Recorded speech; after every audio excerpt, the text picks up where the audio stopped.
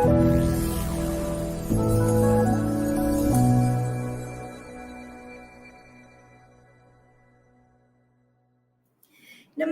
वनकम, सलाम आप सबको, भारत मीडिया के दर्शकों को आज रूबरू में मैं हार्दिक स्वागत देती हूँ। सबको मैं बहुत मन से वेलकम करती हूँ आज के इस रूबरू शो में।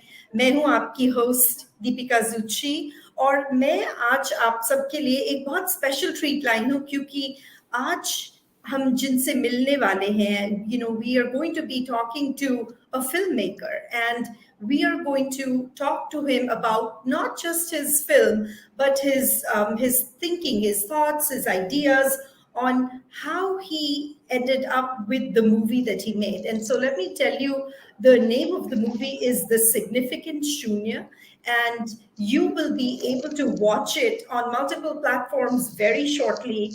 And so before we did that, I wanted to get the filmmaker who is behind The Significant Shunya, and his name is Dr. Tammarao Patil. Dr. Patil, welcome to Rubaru. My pleasure, ma'am. Great, great. It's so good to have you.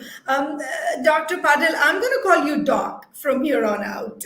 So I do want to establish for all our viewers of Bharat Media and the viewers who are watching Rubaru, I want to make sure that they understand a little bit of your background and childhood before we dive into the film that you're about to release.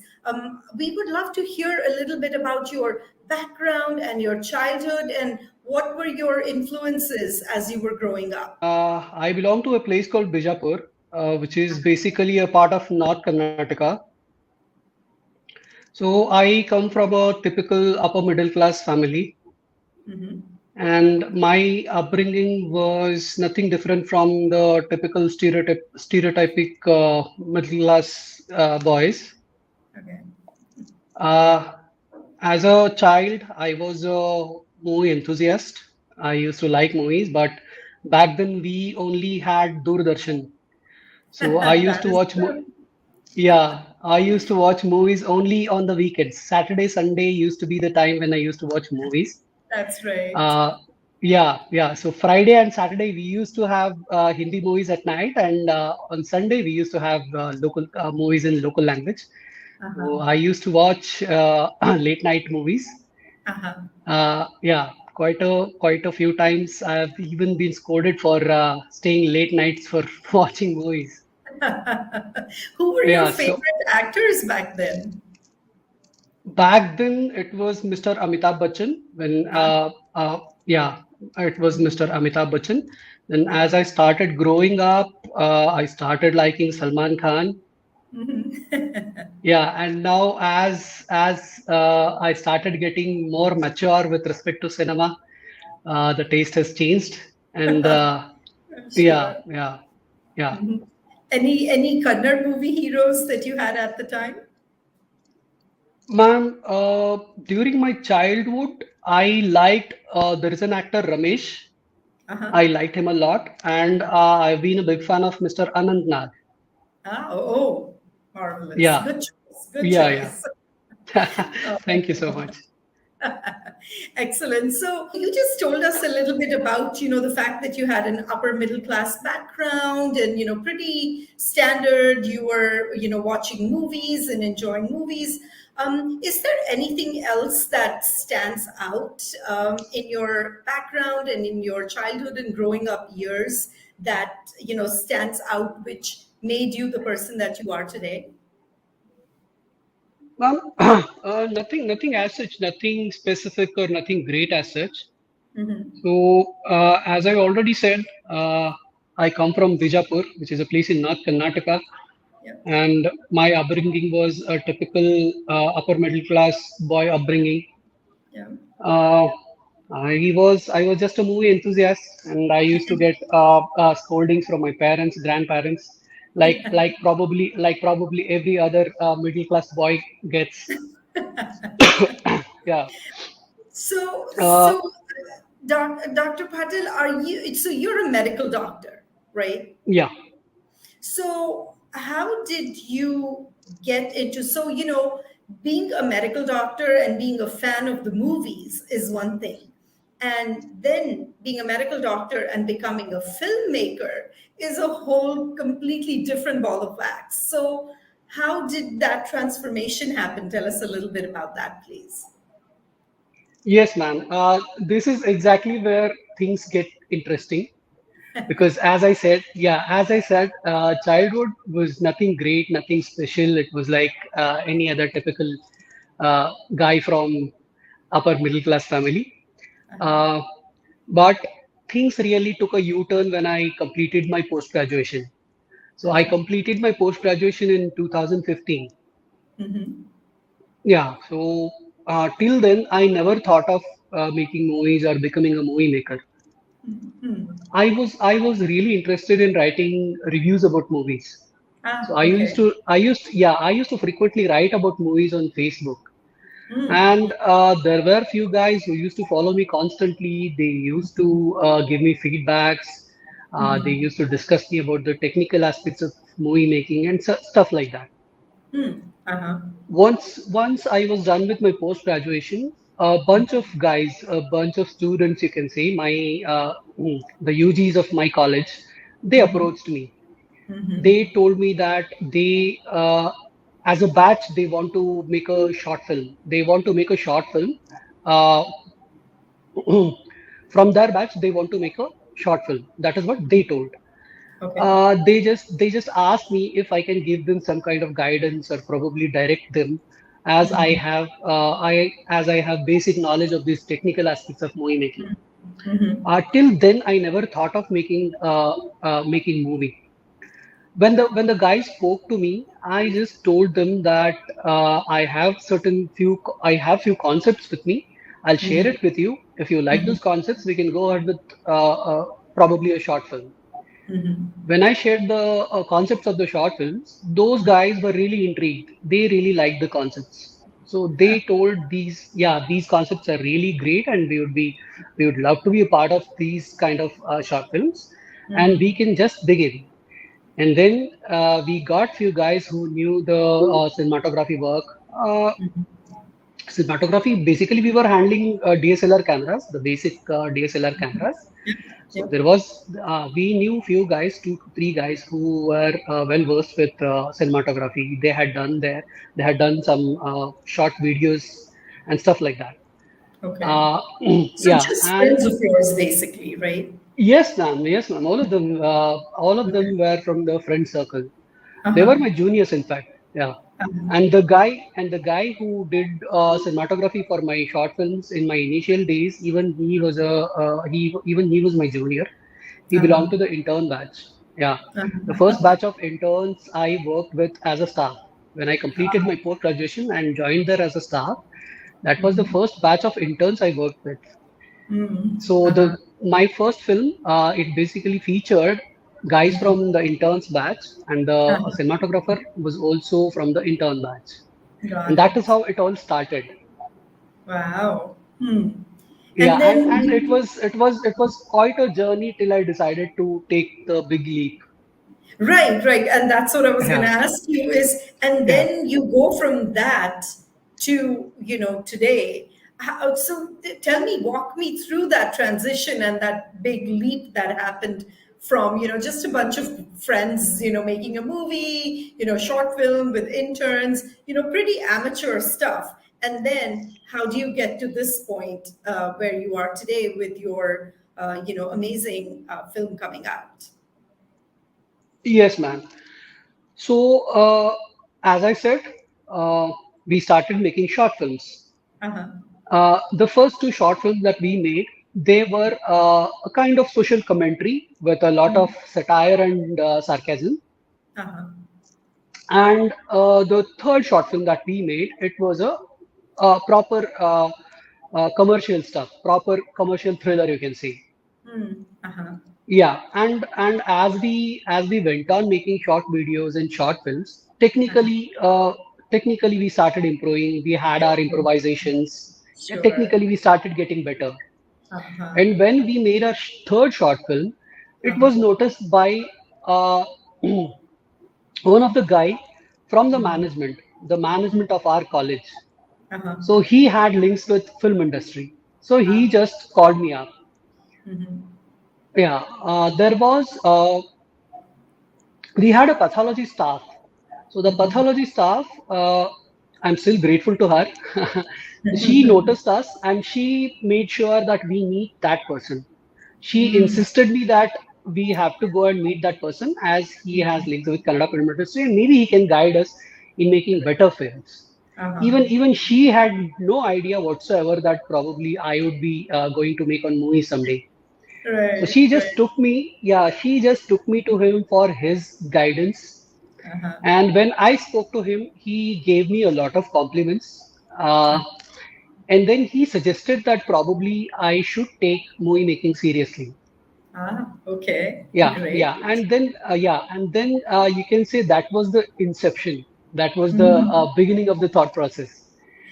And then, Great. Uh-huh. yeah, I just told him that if he can get me few contacts, I can consider. So Mm-hmm. he just suggested that probably I should begin with making advertisements and stuff like that.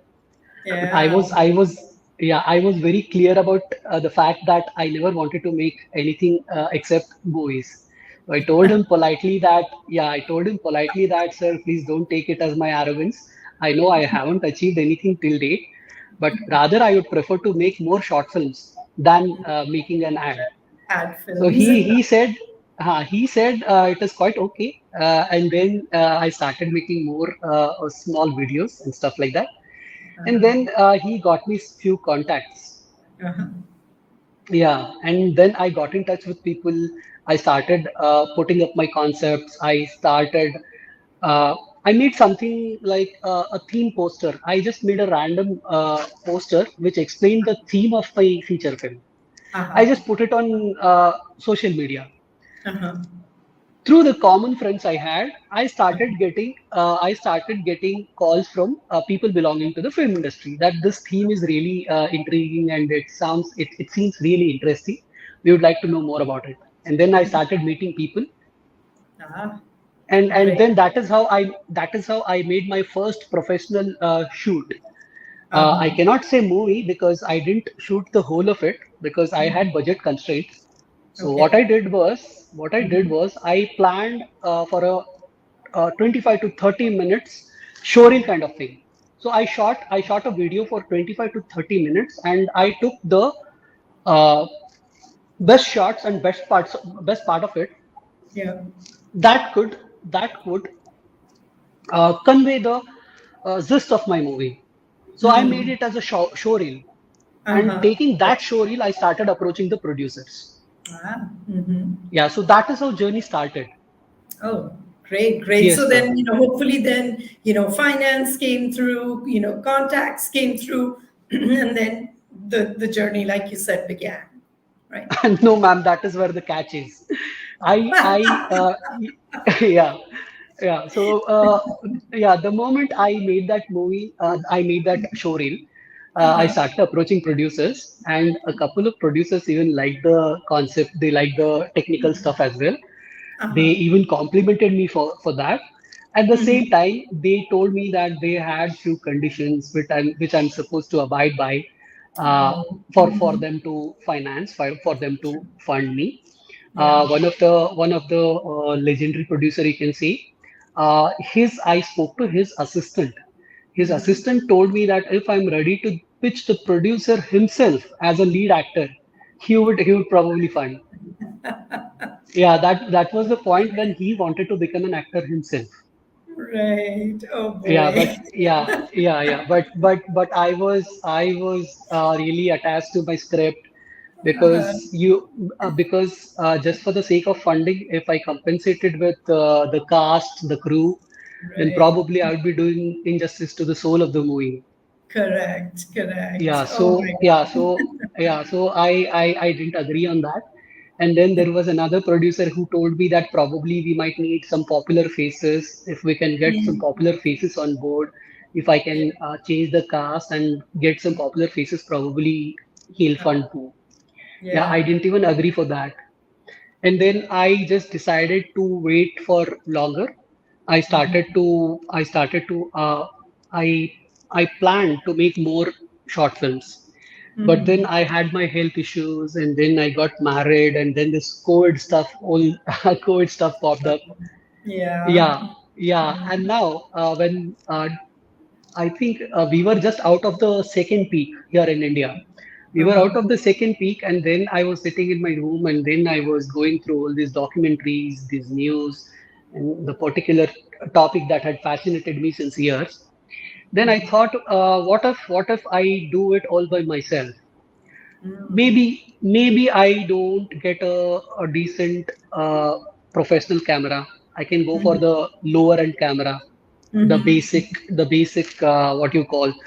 Uh, mm, there is a camera which is called 5D camera. Somebody Okay. into movie making would know about it. So Uh-huh. there are decent movies which were shot using this 5D camera. Uh-huh. Yeah, and over the span of these years, I had Uh-huh. met people. I had my friends in film industry, and then I Mm-hmm. spoke to few of them. I just asked them how much it would cost if I rent the camera for 8-10 days. They just gave me a gross value, and then I started working on it. So I thought probably I can make it happen all by myself. Uh-huh. And then I decided, I planned on it, and I planned in such a way that only two of us went to all those places to shoot this documentary. So As yeah, for keep it yeah as for lean as possible. yeah yeah yeah yeah. So almost for the half of the documentary, for the half of the schedule, it was two of us.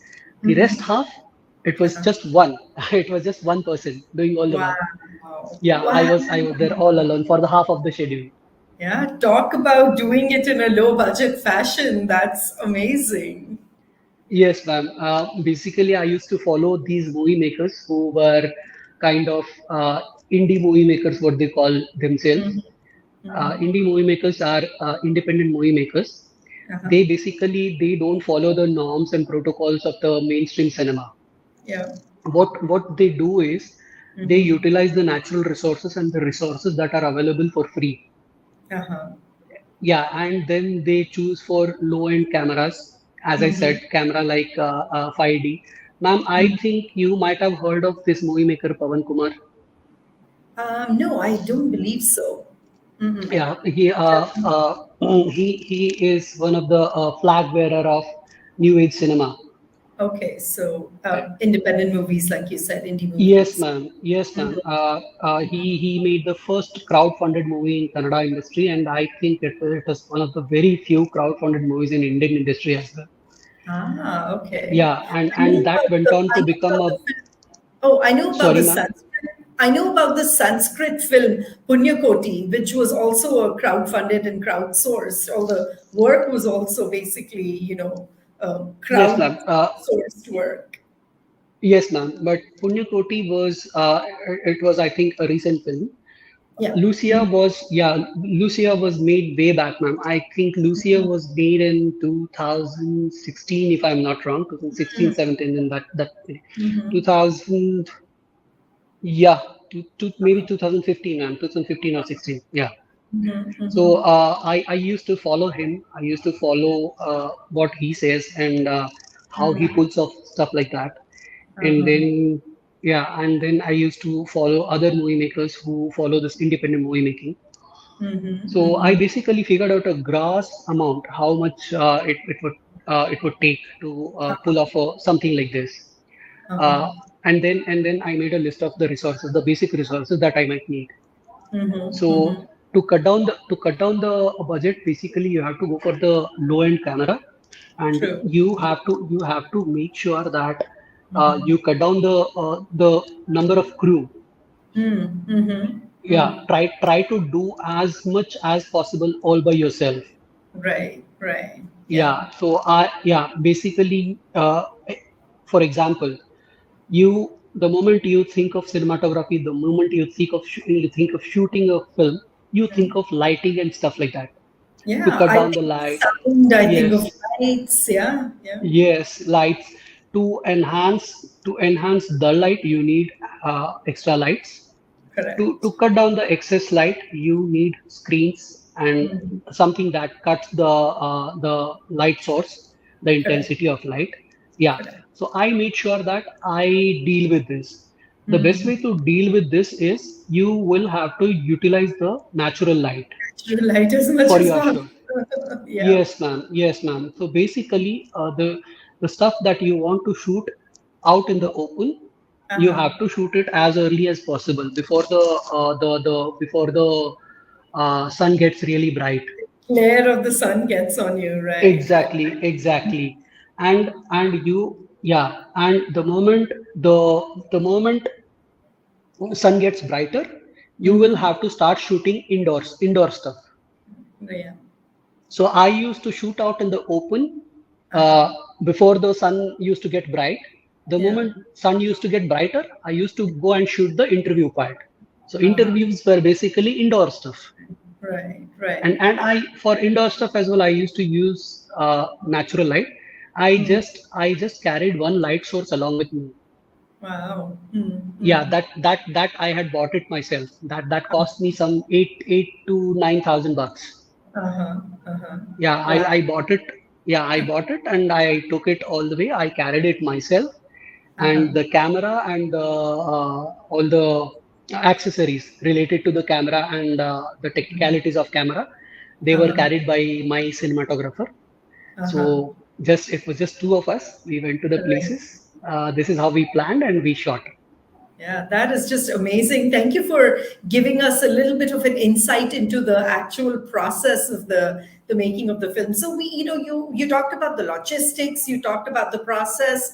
I want to talk to you a little bit about the concept of the film Significant Shunya. Tell me, how did that come about in your mind, and how did the idea, how did that germinate, and then what were your thoughts that helped you bring it to the point where you were like, okay, this is what I'm going to do, this is how I'm going to shoot, this is going to be the outcome. Talk to me a little bit about the content part of it.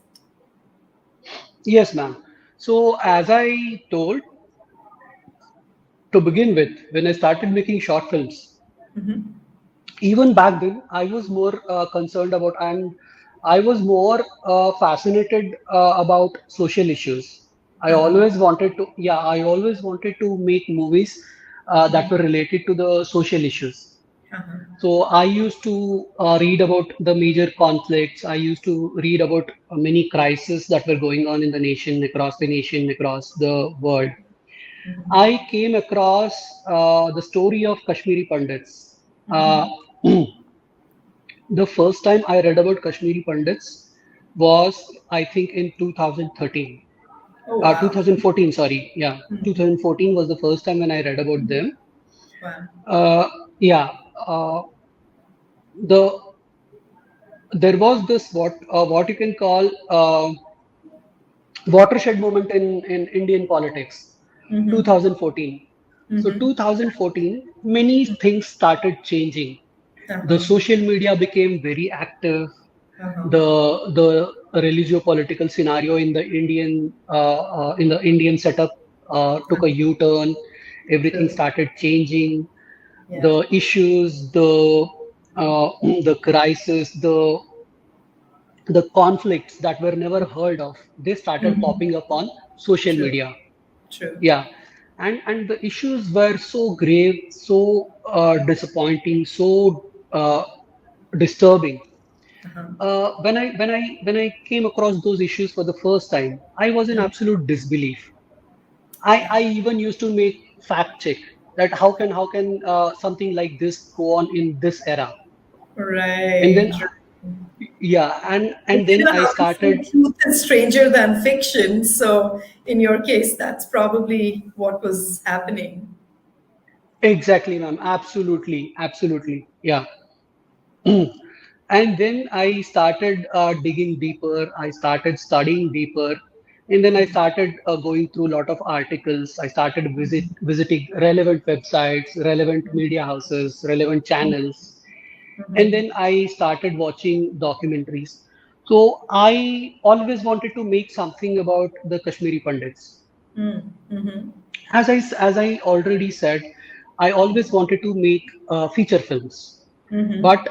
but somebody who is a beginner thinking of making a movie in Kashmiri Pandits is nearly impossible because you It's a need big, a hell lot of resources. it's a big task. You Yeah, you need lot of money. You need lot of great actors. You need uh, you need resources which are strong enough to handle the social pressures, the political pressures, and stuff True. like that. Yeah, so I figured out that probably this is not the time when I should be thinking of making a movie about them. Probably somewhere down the lane, I might think. Mm-hmm. And then I came across Mr. Vivek Agnihotri's Tashkent Files. I was absolutely blown away. And Mm-hmm. after Tashkent Files came, I was just thinking that probably someday I can make something similar about the Kashmiri Pandits. Ah. Yeah, yeah. And then one Uh-huh. fine day, I got to know that Mr. Vivek Agnihotri has already planned a movie about the Kashmiri Pandits, and he is on his way. Yeah, Yeah. he beat you So to it. yeah. So it was a kind of mixed feeling for me. I was happy that an established actor who had made credible movies like Buddha in a Traffic Jam and Tashkent Files is making a movie on Kashmiri Pandits. Yeah, true. At the same time, I disappointed that I lost my It yeah wasn't you. yeah. True, true. So yeah, so I was deprived of that particular script. But anyways, what Mr. Vivek Agnihotri has achieved, I'm really happy. I'm I'm more than happy that he came up with such a brilliant film. Now the whole world is talking about Kashmiri Pandits. So yeah, I'm really happy and I'm satisfied that Mr. Vivek Agnihotri could pull off something as brilliant as that. True, true. Yeah, Kudos to yeah, him. Yeah. yeah, yeah. So then I started thinking that anyways, Kashmiri Pandits people are getting to know about Kashmiri Pandits, and the world would talk about Kashmiri Pandits. Mm-hmm. The next thing, my focus shifted to the Pakistani Hindus, Sikhs, and Christians. Mm-hmm. The reason why I am talking about the religious communities is Mm-hmm. it is the religious grounds on the basis of which atrocities are being carried out in Pakistan. Mm-hmm. Yeah, so I just started reading more about the Pakistani minorities, the Mm-hmm. manner in which they are persecuted, what kind of atrocities happen to them, what kind of atrocities are carried out, and Mm-hmm. what is the role of the Pakistan government, the Pakistani administration, Mm-hmm. and what is the stand of UN, what is the stand of India in UN over this issue. So I Mm-hmm. started reading more about those stuff, Uh-huh. and then I came across facts that were absolutely shocking, that was absolutely agonizing, and I really wanted to tell their story. So, Mm-hmm. anyways, I never had the resources to make a feature film. Mm-hmm. Then I thought probably I would go on these lines, independent movie making. I would Mm-hmm. probably get a small camera and Mm-hmm. I would get a decent cinematographer, uh, Mm-hmm. be it an intern. So I'll Mm-hmm. just take him along with him. I will plan all the shots in advance. Mm-hmm. And that is how I started penning down things. I started making lists. I started scribbling down things. I started putting my random thoughts, and then Mm-hmm. I had my own research, and then Mm-hmm. Tell me a finally I little. Oh, go ahead. Yeah. yeah, Um, and yes, ma'am. Please go ahead. Yeah, yeah. So what I wanted to ask you was you just mentioned the fact that you started researching and you were shocked by some of the facts that you learned. Tell me, I would love for our viewers to know. Give us an example of one or two examples of facts that you read that are not commonly known, that you read and you researched and you were like, wow, this needs to be told, this story needs to be told, or this fact needs to be put out there. Share something with us that, completely took you aback. Yes, ma'am. As far as the research is concerned, uh, Hmm. doing some kind of research is not that difficult at it used to be a decade ago, probably, True. or a decade, or probably 2 decades ago. True. Now, everything is there at your fingertips. All you need to do is Google it out. Uh-huh. So I started Googling out things. I started to find some credible news media, some credible social media platforms that who were very vocal about these things. What was more fascinating to me was the mainstream media never discussed, never debated about it. Yeah. True. You can find few sporadic articles covering these issues. Sporadic articles here and there, Yeah. once in a year probably, once in 6 months probably, Yeah, every and now many and then I'll many. see something in, regional papers and stuff. Smaller media outfits will usually cover something small. But you're right, on a national stage, the plight of, Indian or religious minorities in Pakistan doesn't get talked about at all.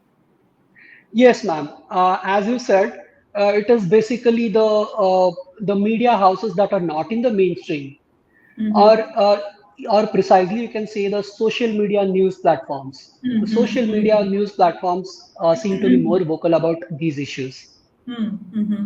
Yeah, True, and true, then everything that comes out on social media or news platforms is not true at the same time. true. Yeah, There are many social media news platforms who to talk absolute rubbish, absolute nonsense, true. who play more of a game of narratives. So we have to be very cautious, very sensible at the same time when we approach things like these. So True. what I used to do is I used to get the topic, get the issues from the social media news platforms, and then I used to cross check it with the mainstream media news. Uh-huh. If at all I can find anything related to it, if at Yeah. all I can find anything remotely related to the issues, I can just think about the credibility of the uh, social media news platform. True, true. That's a then good way then to cross check and, Yes, check. ma'am. Yes, Yeah, ma'am. Yes, ma'am. We should do our own fact check. So true. Absolutely. when I started cross checking the facts, I started finding articles on the mainstream media, international media platforms. But the point is, they have spoken. They have what they have spoken about it is almost negligible. As I already said, probably once in 6 months or once in a month they will talk about it, Yeah. which is not enough. True, true. Yeah. Yeah, yeah, and coming to the specifics, since as I already told, it is all about the life of minorities in Pakistan. Uh-huh. So minorities in Pakistan, the striking article that I came across was the article said 1,000 minority girls are forcefully abducted, forcefully converted, raped, married to elder women, and even married to their abductors every year in Pakistan. And uh, you can just imagine how serious the issue is. Exactly. Thousand girls are forcefully kidnapped. They are raped. They are forcefully married. They are even married to their abductors. So 1,000 is not a small amount at all, and Oh, absolutely. 1,000 girls every year, Yeah. That is and a true. and the world seems to be not bothered at all. Dr. Patil, I would actually say that the world is probably completely unaware of it. I don't see, anybody, like you said, talking about it in the media. If nobody talks about it, if the national media doesn't, pick up the issue and talk about it, then people are just going to be unaware of the issue, right? Man, see, there is something called as war of narratives, Mm-hmm. and history. History is evident that war of narratives has always been the game of few selected people across the world. The narrative is always the person who wins. It's the victor's story is what gets put down. Exactly. And uh, as you were telling, probably the people are not aware. The Mm-hmm. people will get aware only when every single media, Uh-huh. every single day, every single news hour debate Mm-hmm. uh, debates it out or discusses it out. Mm-hmm. Mm-hmm. And I in an unbiased way would be nice too, but that's a pipe dream. Ma'am, yes, bias. Well, really, I cannot really. They don't have to be biased. Of course, it is ideal to be unbiased, but at least they should make in an effort to highlight the issue. To report the At least, facts, even if yes, it's yes. too lazy, reporting Yeah, facts. all they need to do is Uh-huh. report the fact the way it is. Yeah, true, Yeah, true. even that is not being done. Yeah. Suppose XYZ, a girl named XYZ belonging to XYZ community is Mm-hmm. kidnapped, is raped, is killed, right? Mm-hmm. Mm-hmm. They don't have to blame any religion for that, Mm-hmm. right? They don't have to blame any religious ideology for that. Yeah. All they have to do is a girl named so and so, even if they want to hide the identity, that is still fine. A girl Mm-hmm. in this place of Pakistan True. was kidnapped, was abducted, was raped. They can just put up the news, right? Mm-hmm. True. Yeah, Absolutely. Yeah. yeah. So I fully agree. this has been happening since 7 decades. It's been 7 decades, more than 7 decades. Yeah. Oh, that is And crazy. as yes, and as I said, there has been a watershed moment in the history of Indian politics in 2014. Mm-hmm. So even now, what little we are getting to hear is because of the religio political drift that happened in 2014. True. True. Yeah, Yeah. otherwise probably I wouldn't even imagine talking to you on this particular day about atrocities of minorities in Pakistan. True. That is probably Yes, true. So, Dr. yes, Patil, ma'am. I want to ask you, in the making of the film, did you work with did you work with either governmental agencies or non-governmental agencies and organizations, and how or did you interact with any of those, and what were their either help that was provided to you or the information that was given to you by them? Yes, ma'am. To as far as government agencies are concerned, no, I didn't contact any government agency at all. Mm-hmm. But yeah, I needed some kind of contacts. So I used to communicate with people, try to reach out with people who would support this, who would support the reporting of this issue, or Mm-hmm. probably making this issue a global issue. So I started reaching out to people, and few of them belong to government organizations. Few of them were working closely with government, but I didn't get any kind of help or any kind of considerable help whatsoever at that point of time. Mm-hmm. Mm-hmm. Yeah, and then when I started when I started reading more about them, I started googling out stuff more about them. I found few interviews on YouTube, and Mm-hmm. then I started googling out those names, the people who were vocal about these issues. Mm-hmm. Mm-hmm. Yeah, and then I started getting information about Mr. Omendra Ratnum, Mr. Jay Ahuja, and their Mm-hmm. organization Nimittakam. And then Mm-hmm. somehow on Google, I found their contact number. I spoke to Mr. Jay Ahuja directly, Yeah. and then Mr. Jay Ahuja uh, gave me more details about his organization. And Mm-hmm. when I visited the website of the organization, I found that we had a common friend Yeah. who was a co-founder of Nimittakam. I contacted him. He gave Nice. me Ratnu sir's number, and then I contacted Ratnu sir and Jay Hoja sir, and I told them that I wanted to make a documentary about this issue. And then Uh-huh. invited me to Jodhpur, and Uh-huh. then I visited. They invited me to Jaipur first. So I Uh-huh. went to Jaipur. I recorded their interviews. From there, I headed to Jodhpur, and then I went to the people where the the refugee camps there, and then Uh-huh. I recorded all the stuff. Yeah. Uh-huh. Yeah, I've interviewed Mr. Jay Ahuja from Nimitekam, and they're doing some fantastic work. And, he's very passionate about the work that they do, and he feels very strongly in helping these people out. And, I think they're doing fantastic work to help the minorities over there and help rehabilitate them and help them. Um, Absolutely, ma'am. No doubt they are doing a credible job. What Great. they are doing is totally amazing. I Mm-hmm. was totally blown away when I visited their refugee camps. Mm-hmm. Uh, the way they are working to make sure they get employed, the way they are working to make sure they get their food, Mm-hmm. and they are putting in tremendous efforts to make sure their kids get educated. Mm-hmm. Yeah, True. so Yeah. yeah, Yeah. I've seen it all, and I have worked closely with them. They are Yeah. doing a tremendous job.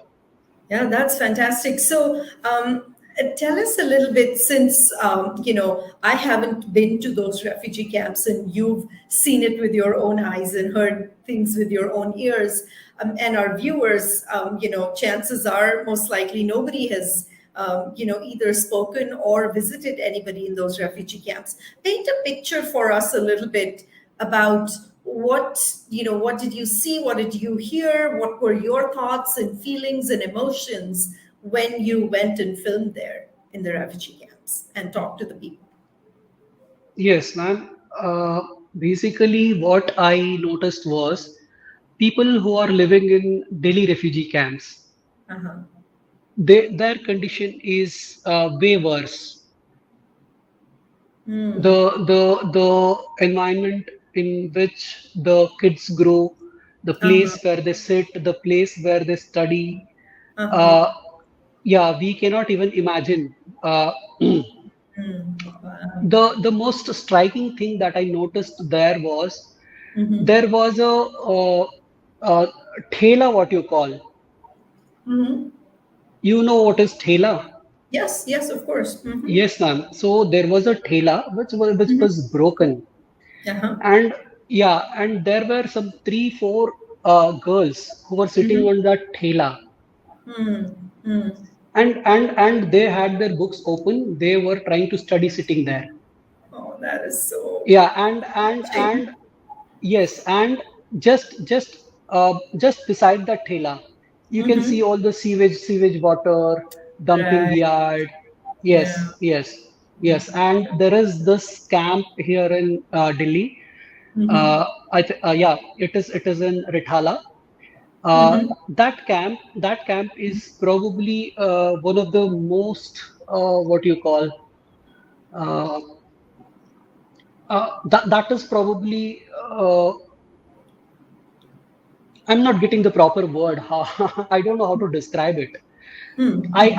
I'll just explain the scene that I saw from my eyes. Uh-huh. Sure, sure. There is this place wherein there is a huge dumping yard. Mm-hmm. The almost a significant part of Delhi's sewage comes there. Wow. Yeah, and just beside the Unhygienic. sewage, just adjacent to the sewage, you have Mm-hmm. this basti, you have this refugee camp. Right. Mm. And the thing that differentiates that separates these people from that sewage Mm-hmm. is manually planted, what you call that, uh, uh, some wooden barricade like of thing, Or like a little fence or something. Mm-hmm. little fence which was absolutely man-made, which was manually made. Mm-hmm. Yeah, yeah, Wow. yeah. So Wow. yeah, So so unhygienic they had put conditions. they it was not even a proper fencing, man. They had put some random sticks there. Mm. So those sticks were the thing that separated these people from that sewage. Mm. And there was a girl who was sitting there trying to study. just beside that sewage. Oh my That God, that yeah, is, that really broke me up bad. yeah. Once you see something Yeah. like that, that sticks with you. Oh my God. Yes, ma'am. Yes, ma'am. That It's was really a striking scene for me. Yeah, so it seems like, what you're talking about is, a lot of unhygienic conditions, what you would call consider inhumane conditions almost, that they are trying to make a new life in, right? Exactly, ma'am. Unhygienic would be an understatement. Wow. Wow. Yeah, yeah. Inhuman is absolutely the right word. That is a place that is not meant for human beings. No human being on this planet deserves to stay in a place like that. Wow. And you show this in your film? Yes, yes, absolutely, absolutely, totally. I've comprehensively captured this. I wanted to show these kind of things in my documentary. I wanted the world to know their story. I Yeah. wanted to know in what conditions these people are thriving here, these people are living, these people are eating, these people are studying. Yeah. And I was what was fascinating to me was I was in a state of dilemma whether to feel bad about the place wherein they were living or whether to feel happy about the fact that a girl was still trying to study living To in that make kind of something of yeah her life. I yeah know. yeah yeah yeah so that was something which was no I found it very difficult to comprehend the situation. Yeah, but that gives you hope. That gives you hope that people are trying their best to get out of obviously a very horrible situation. Um, Absolutely, ma'am. The sight of that girl trying to study in a place like that is probably what silver lining means. yeah, That is exactly where I confronted silver lining for the first time in my life. At least that is what I felt. yeah, yeah. And it's funny we talked about your comfortable growing up, upbringing and a comfortable background. And when we grow up like that, it's very hard to even imagine the situations that people can find themselves, humans can find themselves in. And I think it's incumbent upon people like us to do something about them. And what a beautiful way to do it than to showcase their plight via a film, so that more and more people are aware and hopefully do something about it. Ma'am, when you go to a place like that for the first time, for the first few moments, you will go absolutely numb. You don't know what to do, you don't know how to react, Yeah. you don't know what to think about it, you will absolutely go numb. I True. was stunned. I didn't know how to respond, I didn't know how to react, I didn't know what to do. Wow, wow. That brings tears to my eyes right now, and I can't even imagine what the viewers are going to feel. Is it going to be goosebumps? It's going to be tears when they see your film and experience that, what you experienced with your eyes, you will end up sharing with them. What a beautiful way to at least spread the word around on this very critical issue. One thing I wanted to ask you, Dr. Patil, was tell me a little bit about the title. I know it seems very, petty to talk about the title of the film, but I am very curious to know the significant shunya. What does the title mean, and what is the connection to the title of the title to the content, the topic of the film? Yes, ma'am, I'm really glad that you asked this question. There are very few people who ask me about the title of the movie. What is Why is it the significant shunya? Uh-huh. So yeah, so there are two parts to it. One is the significant thing, and then the shunya thing. Uh-huh. When I started interviewing these people, these activists who were working on ground for these people, Uh-huh. uh, I'm sorry I missed out on mentioning another name, Mr. Hariom Saho. Even Oh, okay. he is a great guy. Yeah, even he is a great guy who is working on his personal capacity with the people, with the refugees in Delhi. Uh-huh. So when I spoke to him, and when I spoke to Jay Hoja sir, and a couple of other people, One thing I noticed was the moment I asked them about the living conditions of these refugees, the food, the water, the electricity, the basic amenities, basically. When I started to ask them about the living conditions of the refugees, the first thing that came to their mouth was, when these people come here, they are zeros. When भाई साहब जब ये यहाँ पे आते हैं, ये पूरा जीरो होके ही आते हैं. Yeah, so they time and again they used to say इनकी लाइफ पूरी जीरो है ये यहाँ पे जीरो है. So that somehow caught up with my mind. So Yeah. that zero remained in my mind. Then I started looking at these people as zeros. Okay, these are shunya. These are zero, absolute. They have no identity. They have no, I mean, they have no prospects here.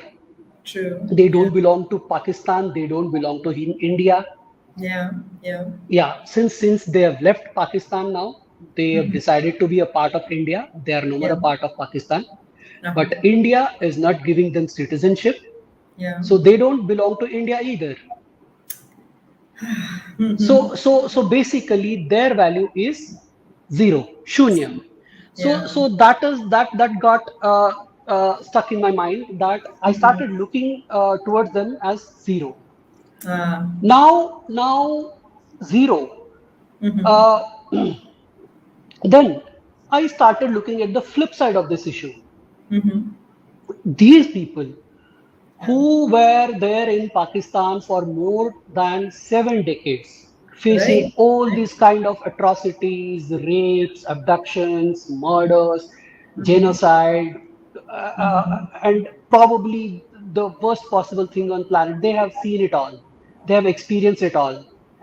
Despite of that, they still manage to retain their religious identity, their cultural identity, their civilizational identity.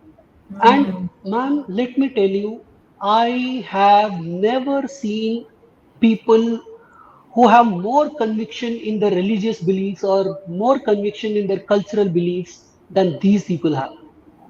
That is They are amazing to hold on they to are, that. ma'am, they are absolutely amazing people. Yeah. So then I started thinking, probably this is the reason why Sanatana Dharma had made it to 2022, True. despite of all these hurdles, despite of all these atrocities, despite of all these genocides that have been happening. Yeah. So True. probably it is the faith of people like these, Wow. the force, the strength of astha of people like these in Sanatana Dharma, that we are still surviving as a cultural identity, as a civilizational identity, as a religious identity. True. Then I thought, so even despite of them being zeros, despite of them being shunyas, Yeah. they are a force to reckon with. That's right. These are the people because of whom Sanatana Dharma thrives. It continues to survive. True. Then I thought, how can I make zero valuable? Now for this you have to understand the basics of mathematics, man. True. Yeah, if zero is in the numerator, the no matter what is there in the denominator, the value is still zero. True. If the zero is in the denominator, no matter how big a value it is in the numerator, the value becomes infinity. Yeah. No matter what is the value, how big or how small it is in the numerator, the value becomes infinity. Right? So Yeah. that was the significant shunya for me. Yeah, That's so a that is how I coined this title, significant shunya. That's such a beautiful explanation. Thank you, and I'm really glad I asked because that it has such a deeper meaning than just being a simple title of a film. So thank you for sharing that. And I know we are at almost at time, so I'm going to ask you a couple of real quick questions before I let you go. One of the questions that I did want to ask you for sure was, what is the one big takeaway that you want your audience to walk away with when they watch your film and step away from it what is your one big takeaway? If they take away nothing else after they've, cried and seen the horrible conditions, what is the one big takeaway that you want them to walk away with? Ma'am, for this, I would ask you to give me some 3 minutes, I guess. I need 3 minutes to explain my point. Sure. Ma'am, uh, the whole of the world knows about Holocaust, Jews Holocaust. Correct. I have my cousin who is 13-year-old. She lives in Canada. Recently, she had come to India. I was just randomly discussing stuff with her. Uh, when we started going ahead with the discussions, I asked her if she knows what Holocaust is. We were basically discussing genocide, religious genocides, atrocities, religious atrocities, genocide, ethnic cleansing, and stuff like that. Yeah. Uh, the moment I said Holocaust, she said, "Oh, the Jew stuff. People were killed in millions. The whole of the community faced atrocities. The Nazi stuff." Yeah. Suddenly, she just shot back at me. Jew stuff, Nazis, people killed in millions. And then the moment I asked her about Mopla genocide, the moment I asked her about uh, Direct Action Day, she just went quiet. She was clueless. She had no idea whatsoever. So, Yeah. what is the reason that we Indians still fail to tell our stories to the world, tell our painful, agonizing, uh, absolutely, uh, I don't find the right word. Despite of being through so much of pain, despite of being, yeah, Yeah. yeah. So what is the reason that we Indians still fail to tell our stories, still fail to share our pain with the world? So we need to start talking about our pain, the pain that we have suffered over decades. I want the world to know about our stories. Mr. Vivek Agnihotri did a commendable job with the the story of Kashmiri Pandits. Yeah. I want the world to know their story, the story of people in Pakistan, what the Hindus, the Christians, and the Sikhs are going through Yeah. in Pakistan. Yeah. Ma'am, let me tell you, the whole of the India knows who is Akhlaq. The whole of the India knows who is Tabriz Alam. Yeah. The whole of the India spoke about them. And these were sporadic incidents. And even Yeah. the credibilities of the incidents are not totally established. Yeah. Even if they are credible, I still stand by them. I I would support every single sane-minded person who fights for them, who fights for every single person who was religiously persecuted or who is who is going through atrocity on religious grounds. True. But when it comes to Hindus, when it comes to minorities in Pakistan, why is the world silent? Yeah. Yeah. Also, And and I feel like India. and it is a system. And it is Mhm. a systematic thing. It is a systematic, state-driven ethnic cleansing that is happening to Hindus. When True. you talk about a person belonging to particular community, uh, the whole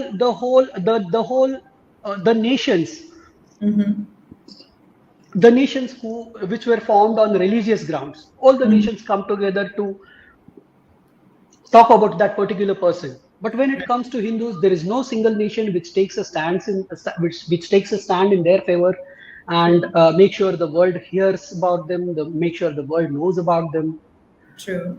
So I True. just want to make sure that globally this becomes an issue and people start talking about this. Right. And I do feel like, I think you said something very significant a minute ago where you said that, the narrative that comes out of India isn't strong enough. So I think a lot of the narrative that gets heard in the West is, the white person's view of the story. And I feel like, we as Indians need to take control of the narrative that we want to put out there and make sure that the stories that we want shared with the rest of the world, be it on, international platforms like the United Nations or in the Western media. I think we need to take control of that narrative and put our side of the story out there. Ma'am, the white supremacist narrative, it is a very subtle way to put it like that. I can quote you examples wherein the Kashmiri Pandits were blamed for their own genocide. I can send you news bites wherein the Yeah. news journalists and these are the so-called elite journalists of India Yeah. who in a way tried to blame Kashmiri Pandits for their own genocides. The True. the news bite was put up in such a way so as to tell the world that the Kashmiri Pandits probably deserved what happened to them. They brought That it was upon that was themselves. that Yeah. was so agonizing to watch. Yeah, yeah, Yeah, yeah. And yeah. I'm a Kashmiri Pandit, so when I see something like that, that just riles me up no end. Yes, So, ma'am. You know better than most of the people out there. well, it's the Yeah. community that's faced some really horrible atrocities that have never been shared, even with people in India, let alone people in the rest of the world. And that's why the work that Mr. Vivek Ranjan Agnihotri did, I think that is very commendable because he at least let people know the real stories and what really happened out there. And I think you're doing something similar in shining a light on an issue and a situation that most of our viewers, I'm pretty sure, will be unaware of. So I think, kudos to you that you're doing that work. Um, Ma'am, I have just begun and I haven't done anything credible enough. So let the documentary come out. Let us see how it impacts the people, what kind of discussions it generates. yeah. And yes, I probably what I'm doing is in no way comparable to what Mr. Vivek Agnihotri has already achieved. No, no, Yeah. no worries. But you are doing what you are doing right now, which is a great first step in, towards a bigger aim. So, kudos to you. We are with you. You are welcome to come back to Bharat Media Studios anytime you want, and we would welcome you back. And we would love to continue to showcase every project that you do and all the work that you do. So we are obviously very proud of what you're doing and very, very eager to have the film out there. So, last question before I let you go. Our viewers will want to know, how will they get to see your film, or if they want to connect with you, where should they find you? Where can they find you, and where can they watch your work? Ma'am, the reason why I approached Bharat FM through common friends was I wanted to get a platform to launch my documentary. I Yeah. wanted a platform to stream my documentary. And Hmm. I'm still trying to find a credible platform. I Hmm. have been in talks with many people. Many people, they are, though I haven't received any kind of official confirmation yet, but they are assuring me that they would get me a platform to stream my documentary. Through your media, through your channel, I would also request to the people who are watching this, I would request to you in person as well to try and somehow get uh, s- uh, uh, in whatever possible way you can contribute. If you can somehow get me in touch with people who are ready to stream my documentary, Uh-huh. I'll be more than happy. And let me put it out in the open through your media that I don't want any kind of monetary benefits. I don't expect any kind of monetary benefits. I am ready to give my documentary free of cost. And any credible media, any credible established media wants to stream my documentary, I will give it to them free of cost. I don't expect any monetary benefits in return. And I would also like to request people to talk about this issue. They can get in touch with me. I am on Facebook. And if somebody wants to help me out with streaming my documentary, I am even ready to put out my phone number on social media. You can even share my WhatsApp number on your Facebook page or whatever media you are on. Sure, sure. Yes, Um, ma'am. so if anybody wants to connect with you, Facebook might be a good place. And then hopefully in the next, couple of weeks, 2 to 3 weeks, hopefully we can, release your film and people will be able to see the atrocious conditions that these people are living in, and hopefully be able to make themselves a little more knowledgeable about the issue and be able to discuss the issue, and hopefully then be able to help the people who need the help the Ma'am, most. I am hoping to release the movie by second week of November. Uh-huh. Just that I need to find enough credible social media platforms or streaming platforms whatsoever. Yeah. Well, to Yeah. the viewers who are watching just now, I can tell you that watch for the Bharat Media platforms, because we will be proud to host this film on the Bharat Media platforms, and we'll release it when you're ready to release it. And we'll be proud to showcase your work through this film, and proud to be connected with you, Dr. Patil. To all the viewers out there, please be aware of situations and issues around you and talk about them. And like Dr. Patil, he is not even a filmmaker but has taken up the charge of helping a community that is in dire need of help.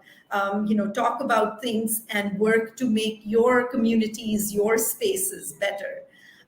Dr. Patil, this was such an inspiring conversation. Thank you for doing the work that you're doing, and thank you so much for inspiring all our viewers today. We really appreciate you taking the time out and coming and talking to us today. Ma'am, it was an honor and a total pleasure being here on this platform. I would thank you. I would also thank Ashish ji and the whole of Bharat FM team for giving me a platform to come and talk about, for giving me a platform to talk about my documentary. So thank you so much. Looking forward to visit your channel again. Perfect. You're always welcome. And for the viewers, please definitely watch The Significant Shunya when it comes out. It's a very important film, and all of us must watch it. Thank you for your Thank you time so much, today, ma'am. Dr. Patil. Namaskar. Thank you so much, ma'am. Namaste.